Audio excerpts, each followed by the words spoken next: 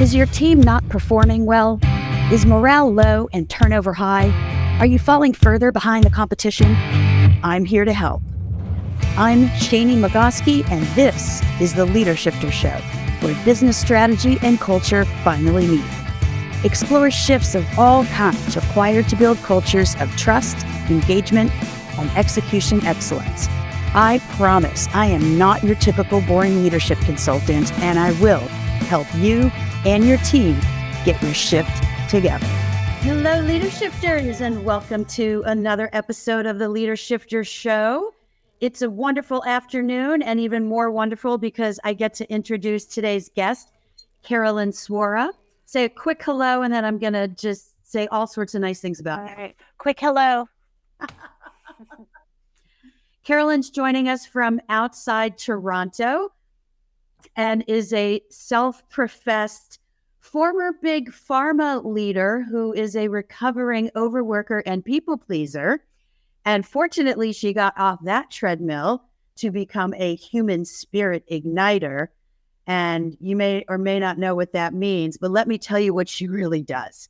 She is a trauma-informed coach, both for individuals and teams. Stay tuned because you're going to learn what the true meaning of trauma is. It's not just someone went to Iraq or Afghanistan and has PTSD. Everyone has trauma in some form, and it affects our lives. And so it's folks like Carolyn who can help us evolve and shift away from that so that we are showing up as our best selves, both in and outside of work. So Carolyn, welcome to the show. So excited to have you. Thank you, Shani. I was so excited to know that this is going live. Yes. So folks, I was particularly interested to have Carolyn on the show for two reasons. And I this is not about me, so I'm going to make this super quick. One, those of you who know me know my trauma story of having lost my first husband, Alan, to colon cancer when we were 27 years old. And that's a trauma that still impacts me today. And God, have I done years and years of personal development work with that one.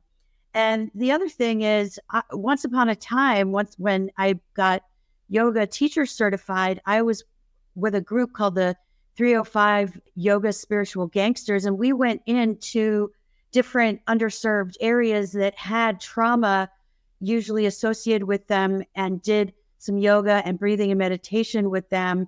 And in order to do that, I had to be informed in how to deal with folks who have had those kind of traumas. So this subject is really near and dear to my heart. So without further ado, let me turn the floor over to you, Carolyn. Tell us how you define trauma. Ooh, all right. Well, let me start by saying I'm not going to define trauma based on what I think it is for a few reasons. One, I'm not a psychotherapist. I don't have training to serve or to help people deal with their trauma.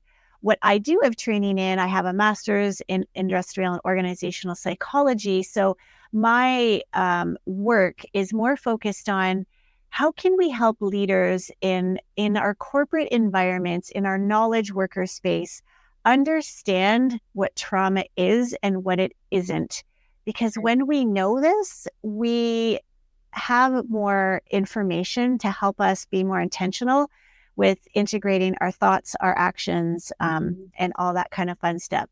Now, I have in my book, obviously quoted a lot of the top thought leaders in the space, Gabor Mate being one of them. So Gabor Mate wrote a book called The Myth of Normal. He's done a lot of work in the space of trauma. And really simply, trauma is an emotional wound. It's something that happens to us, that a distressing event, for example, that we aren't able to cope with easily. Okay. And this distressing event is not on a list of distressing events to define trauma. Trauma is relative. Right. As much as insurance companies would like to assign a code to your trauma, it doesn't exist. Yeah. So, and, I'll come back to something that you said at the beginning. You talked about, your lived experience with your late husband, Alan, and, the trauma that you experienced them. So similarly to yours, I was just a few years older than you when my late husband was diagnosed with a terminal illness, stage 4 kidney cancer. Here's the thing. He lived for 6 years. We had 2 children in that time. And anyone who you would ask who was in my circle at that time probably would have said, oh, yes, this is very traumatic. It took me about 13 years to understand that that whole experience was in fact trauma, and it was very traumatic. And that whole journey and what happened afterwards, that was 2009 when he passed, was really what inspired my work in this space. Yeah. Well, thank you for sharing that. And I'm sorry that we both have that in common. Yeah. Best way to describe it is it really sucks. Yeah. It's to suck, right? I mean, it never goes away. And I think part of what we'll talk about is how you acknowledge it, work through it, live through it. And to recognize that having trauma isn't a sign of weakness. It is in fact and our body is so incredible in how it helps us manage through these really, really distressing events. And so that helped me out immensely understanding what trauma was and what it wasn't. Right. So if someone's listening to this and they're still feeling trauma modesty, I just made that up. Yeah.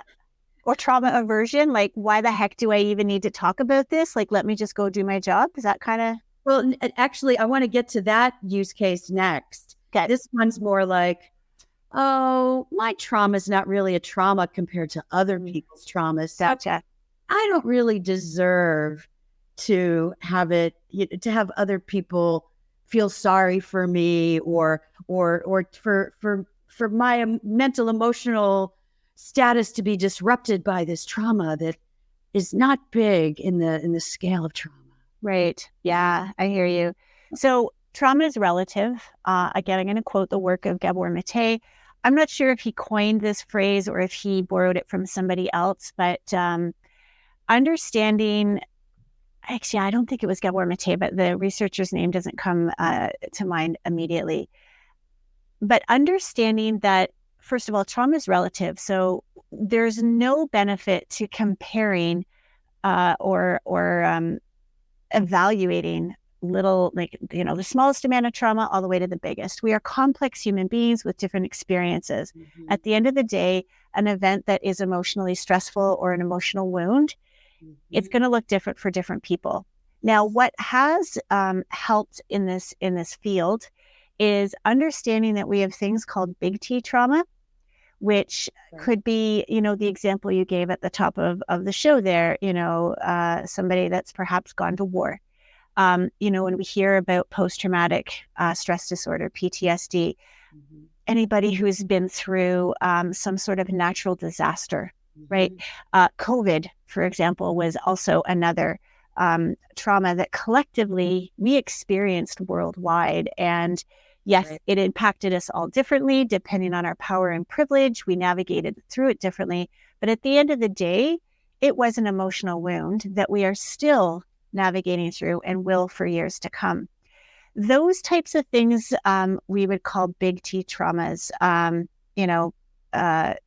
all sorts of, horrible things when we think that that's just not right for people to have to go through.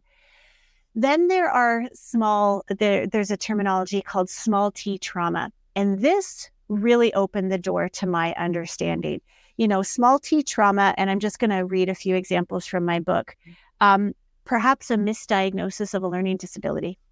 I'm sure, Shani, you've heard lots of people, I'm going to guess, who've said, oh my gosh, I have just found out I'm in my 40s or 50s. I found out I have ADHD. Or I found out, maybe I've had some form of dyslexia. So people have tried to navigate through this emotional challenge And it has been really difficult. And so I hear that one about that missed ADHD diagnosis really impacting people. That can be an example of a small t trauma. Illness of a parent. Perhaps you moved frequently as a child and you had to make new friends. You never had a chance to settle down into one place. Microaggressions. People of color have definitely had to live with microaggressions. That could be small t, could be big T. Again, I'm not looking to place it, and it could definitely fall between both small t and little t. Food, shelter, or safety insecurity as a child. All of those things can all accumulate and cause us emotional distress. And at the end of the day, every single one of us have had some sort of emotional distress or emotional wound in our life. And that is trauma.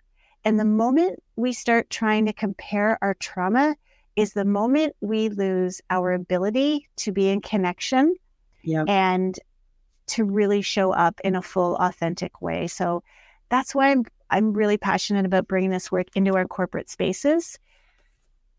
I was going to go off on a tangent, but I want to stop and pause. I just think there's so much we can learn from understanding the fact that trauma research has advanced immensely since people like you and I in the senior leadership roles came into the corporate world.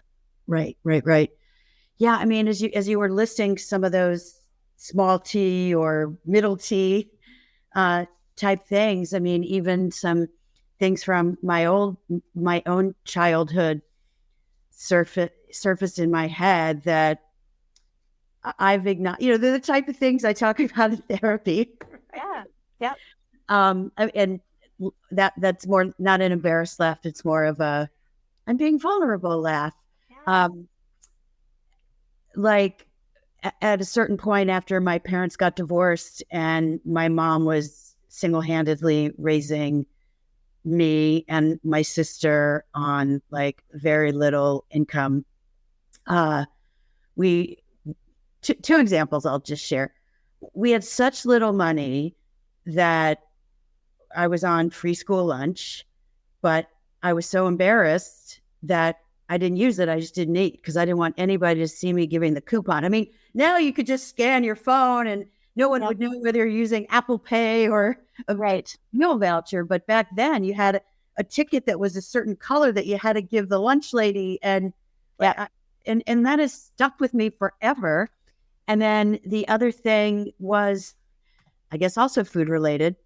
When we'd go out to dinner, which was like once in a blue moon, and it was to like a place like IHOP, not a fancy restaurant. Yep. We could order food, but we couldn't order beverages. We had to drink water because, whatever it was, the 99 cents for the Coke or the lemonade, not in the budget. Yep. And I never thought of those as traumas. Yeah. But maybe they are. Well, and again, in this work and what I'm talking about in this book about trauma-informed leadership is we actually as leaders don't need to know about each other's trauma. Yeah. Okay. In fact, it's usually better if we don't. It's frankly, as a leader, it's none of my business. If somebody wants to share it, then it's incumbent on me to create a safe space to hear them and see them. I shouldn't even say incumbent. As long as somebody feels comfortable, but your role as a trauma-informed leader is not to play psychologist. It really is to understand that trauma is something that is going to impact us, how we are able to show up. And it happens on a level in our nervous systems that is not accessible by our cognitive brain, that analytical, amazing, strategic piece of our brain that helps us be productive at work and get things done. Trauma is stored in our body, and it's our body's, wonderful way of trying to protect us. And so why I feel there's a place for us to understand what trauma means is our ability to be vulnerable and show up and have those hard discussions. I'm fortunate enough to be a trained Dare to Lead facilitator. So I get to facilitate Brene Brown's work all the time. In fact, I just had 2 sessions today. And we're asking. You mentioned that as soon as Yeah. I was going to say, those of you who are listening, you are tuned into a certified Brene Brown Dare to Lead facilitator. Yeah. And so really understanding, her research is so amazing to prove and help us understand what vulnerability is and isn't. And one of the most profound moments in the training session was understanding that one of the biggest casualties of trauma is our inability to be vulnerable. And as I was navigating through my own development and my own sort of trauma through COVID, when I saw that written in my notes, a penny dropped for me, because I went back to my time in the corporate world when I was doing the best that I possibly could as a leader and thinking I was being vulnerable, but also knowing I'm not really showing up here fully. I've got other things to say, but I'm not going to say it. And getting mad at myself for not being good enough, for trying to work harder, for working longer and harder, and thinking that was all I needed to break through this work harder myth. What I didn't understand is that my inability to be vulnerable, or my limited ability to be vulnerable, was impacted by trauma. As leaders, that is enough information and powerful information in and of itself to allow us to show up with each other, and also to learn how to create safer spaces for people to share and innovate and create. So how does a leader even bring this up? Like, hey, I don't need to know about your trauma, but how do you think any trauma that you might have had is impacting your performance? Like, yeah, here's how you bring it up. Here's how you bring it up. You don't. Okay. You don't even need to bring this word into your interactions. Being trauma informed is taking the responsibility as a leader to say, one, I am committed to learning more about myself. I am committed to understanding that I have reactivity patterns, and I want to learn about how they help me and how they get in the way. And I don't care what level of leadership you're at, how much leadership training that you've had. We are all on a journey of self-awareness. It is not a destination we ever arrive at. And so you might have been rewarded and told, oh man, you get results. You are amazing. You might be leaving a trail behind you that you are not aware of. So closing the gap between your intention and your impact is so critical in this work. And I guarantee you, your impact is not anywhere near where you think it is. Yeah. It's funny you should say that, because that is one of the reasons that I got certified and do a lot of leadership circle profile work. Oh, yes, TLC. Oh, I love it. And for those of you who aren't familiar with it, this is not a sales pitch. It's just an explanation. It measures creative and reactive behaviors. Yep. And not just what people are seeing and behaviorally, but then it goes deeper into understanding how those patterns developed. And some of those patterns might have been results of trauma. But one of the key outputs of the LCP is showing the gap between how you perceive yourself and how others experience you. Right. And almost always mind-blowing for people to see that. Yeah. Yeah. The tool that I use a compass report from CP Enneagram, and that is based on the fact that we have emotional, mental, and instinctual patterns. And a lot of them are below the line underneath our consciousness. Right. So that's the first thing. If you're going to be trauma informed, you don't need to walk around and tell the world like, hey, we're going to have I'm your trauma informed leader today. Take accountability, do some work. And I'm going to be as, maybe it's not controversial, but in all honesty, please be controversial. I believe every single leader has need to be accountable to doing this type of work. It is not acceptable anymore to just walk into a role and think, oh, look at me, I made it. If you are responsible for creating spaces for people to innovate, for people to create, for people to be accountable, you need to, am I allowed to say a swear word? Always. You need to understand your shit. We all have it. And so that to me is the first piece. And I talk about that in my book. There's two sort of elements that I think are the entry point in for being trauma informed. One of them is understanding your reactivity patterns. Mm-hmm. And again, reactivity can be really aggressive and in your face and loud. That's sort of, more of the Logan Roy, Kendall, right. Like all those Succession characters.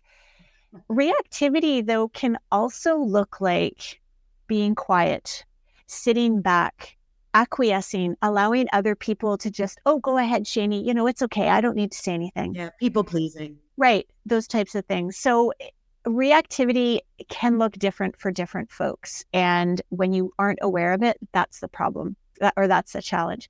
The second element that I think is so crucial is this notion of connection.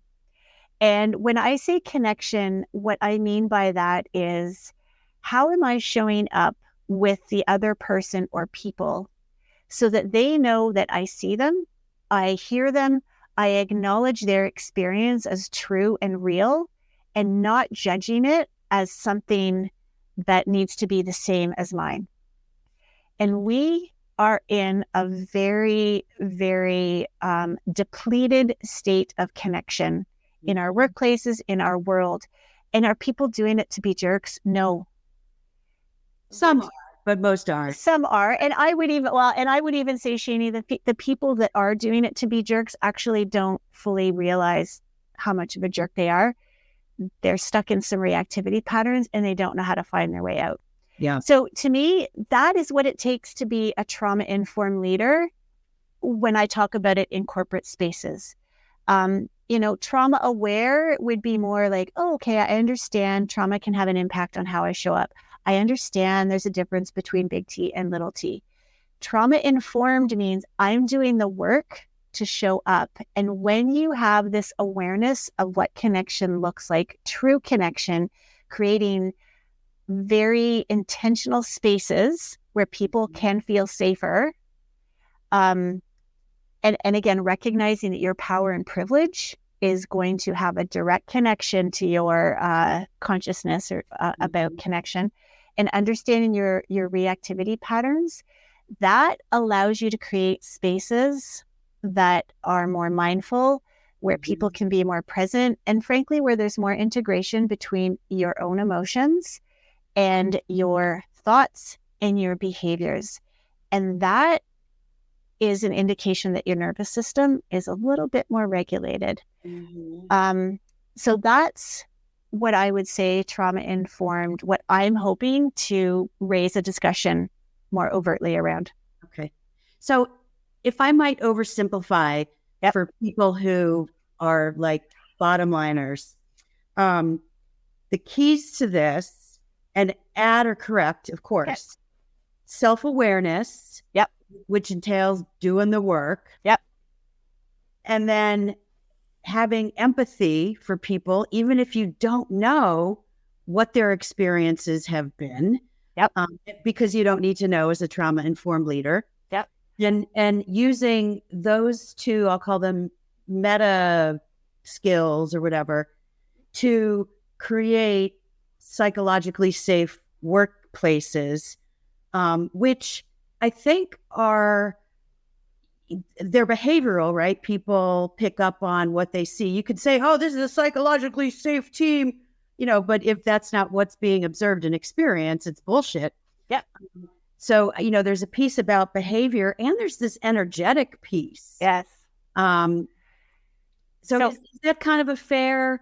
Yeah, it is. And here's how I would distill it. And I talk about the three elements, or the three pieces. I don't call it pieces. My gosh, where's the right word? The three elements of an evolved leader is self-awareness. We've talked about that. Self-regulation, which you touched on in terms of empathy. And self-regulation is really about understanding my emotional landscape and being able to move through emotions versus getting stuck and swirling in them, recognizing that within ourselves. And then that leads to the third element, which you talked about, is as creating psychologically safe spaces. I call this co-regulation. And I I've taken this terminology from obviously the space of trauma-informed work, because trauma-informed care, by the way, has been around for decades in healthcare spaces, in education spaces. This notion of co-regulation, to me, is the sort of the new thing for leadership. Okay. In understanding that our nervous system is a leadership tool that we need to pay more attention to. How I show up, my state, am I calm? Am I anxious? Am I aware? Am I able to like do some breathing and to bring myself into a calmer state? All of these elements of our nervous system are operating below our cognitive level. And so this ability to co-regulate or to be mindful of my nervous system in this space is this last piece of the pie that I think, as I said, deserves more conversation than what we've had so far. Yeah. So good. I love it. I wrote that down. Co-regulation is the new thing in leadership. Yeah. Or like our nervous system, because co-regulation, like, what that sounds, too medical. Our nervous systems are untapped resources. It's leadership gold. And you will not be able to create a psychologically safe environment through a checklist. There's some great work, some great insight. And thank you, Amy Edmondson, for all of that. That is part of the journey. Sure. At the end of the day, if you are not aware of your nervous system and the state that it's in, and frankly, Shani, many of us are so wound up, myself included. I'm learning how to bring it down a little bit, but on such a hyper reactive state, we are creating a lot of anxiety that we might not even be aware of. Absolutely. Yeah. Wow. Okay. That is a whole lot of just compelling, thought-provoking information. And it's like, I feel like I want to go back and listen to this podcast, even though I'm part of the discussion, because it's so rich. Well, maybe you can come on my podcast, Shani, and we can pick up the conversation and take it from that perspective, because I realize, yeah, like I want to make this tangible and real and not like scary and like, holy shit, I don't want to understand. This is like hard. I'm not asking anybody to dig into their trauma. If that's something they want to do, great.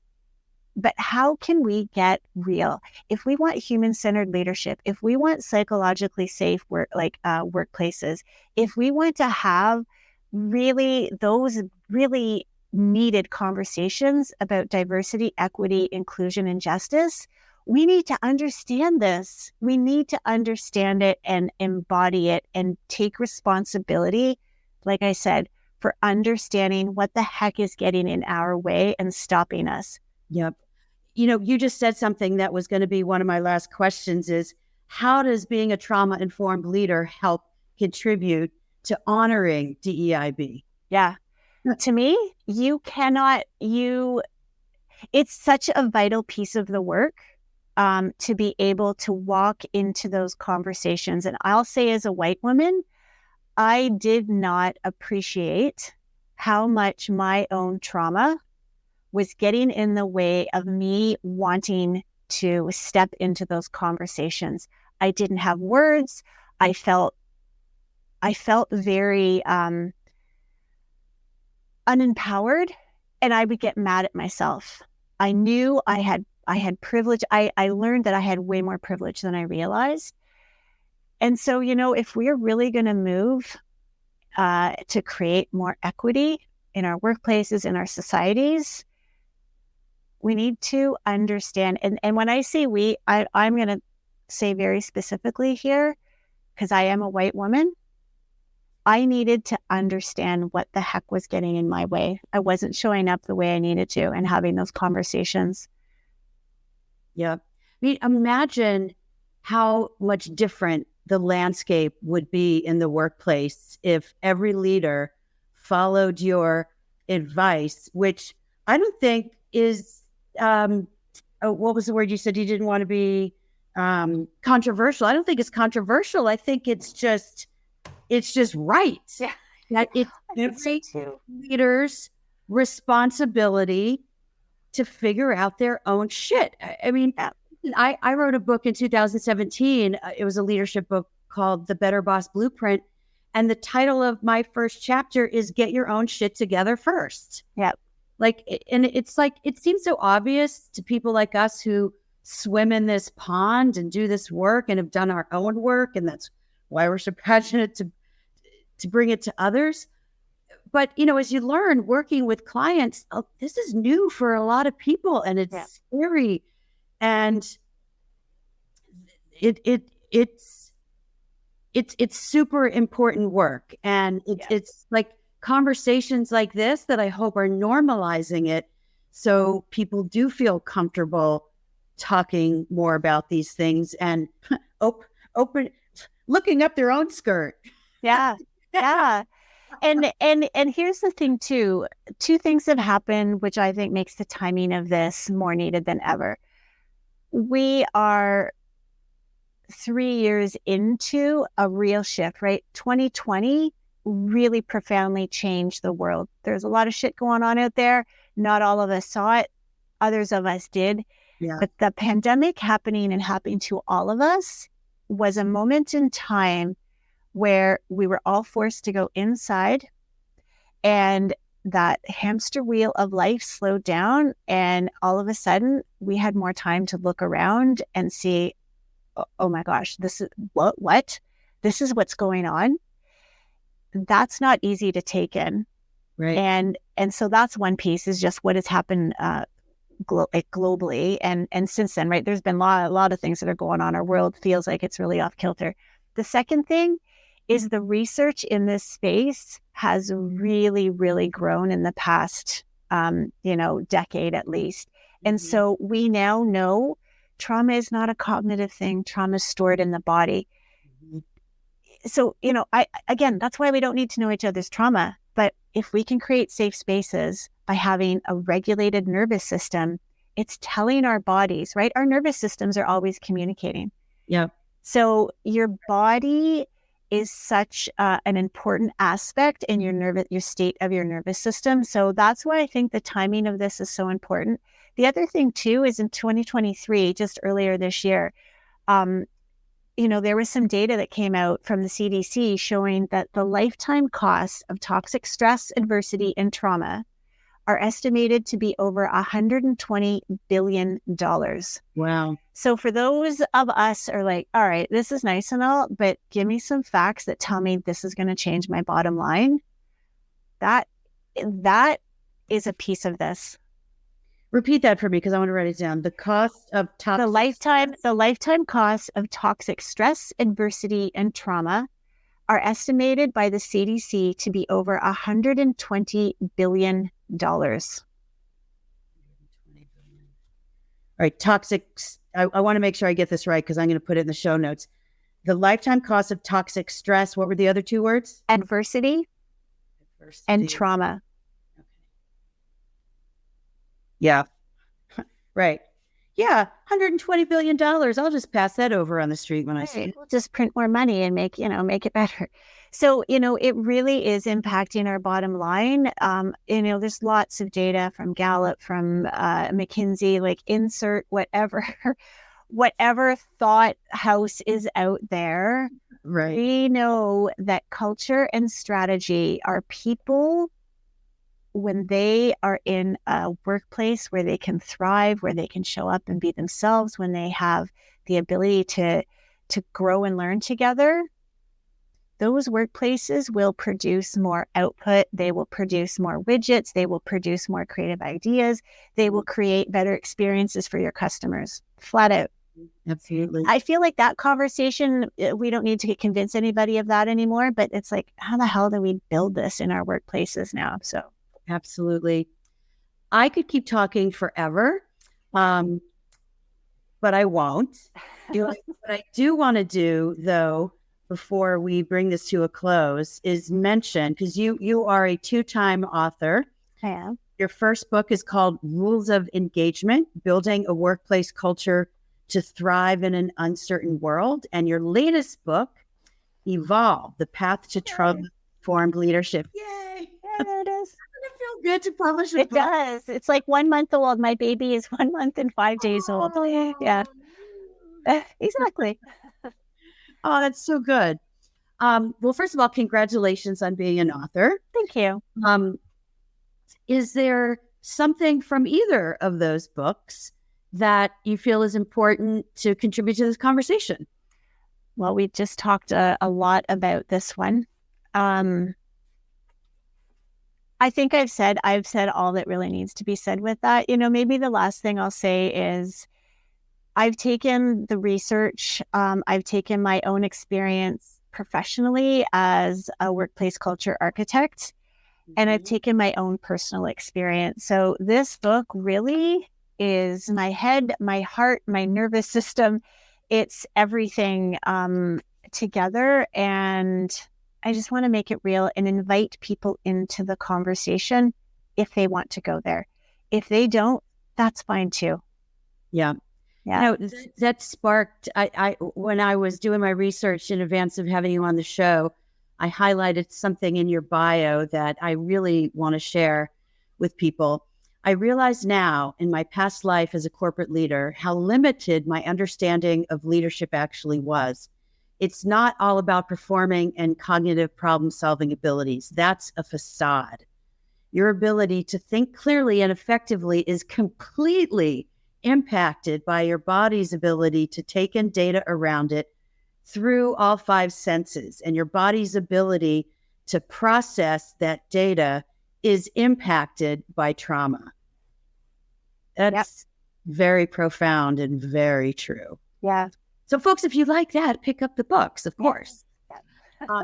And you alluded to it earlier, and I very much want to come on your podcast, which is called Evolve, a New Era of Leadership. What can folks expect if they tune into that? So if they can tune into that, they can expect to hear a combination of providers in the space of trauma-informed care, in a way that appeals to a knowledge worker audience. So, I've had a few folks in there who've talked about what does trauma mean? And, they're healthcare professionals. I've got a psychotherapist coming on next week.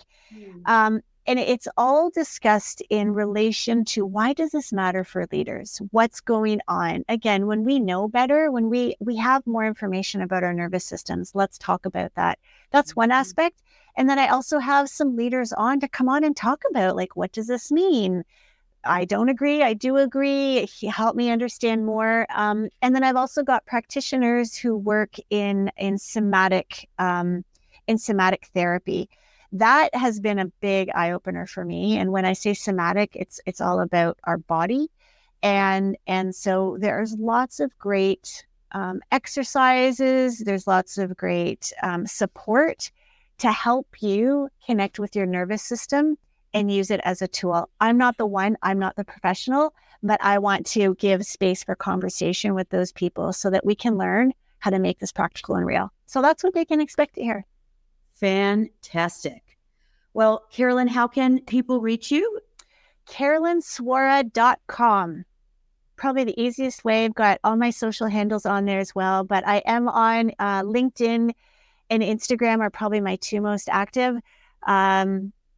Sometimes I play around on Twitter, but those are my 2 main platforms, Instagram and LinkedIn. Excellent. Well, folks, I hope you enjoyed this conversation as much as I did and got as much, just like food for thought. Yeah. And so food for thought and this nugget of gold that the new leadership secret sauce is to understand how to understand your nervous system, how to regulate it, and how to bring that into creating a psychologically safe workplace, which has been the buzzword for the past 5 years, but I don't think the code has been cracked by virtually any organization. It's a work in progress. So when we talk about, we get the what, we get the theory of psychological safety. We're at the point where it's important to understand the how. And this is part of the how conversation. Absolutely. Which is really appreciated about this today. So again, thank you, Carolyn, for being on the show, and Pleasure. Leader Shifters for tuning in. Till next time. Mwah. Bye. Thank you for listening to today's episode. Go to theleadershipproject.com to sign up for the Scoop newsletter and explore all the resources from this podcast in the show notes. And follow me on Instagram at The Leadership Project and LinkedIn under my name, Shani Magoski, for inspiration and content about all things leadership. Make it a great day.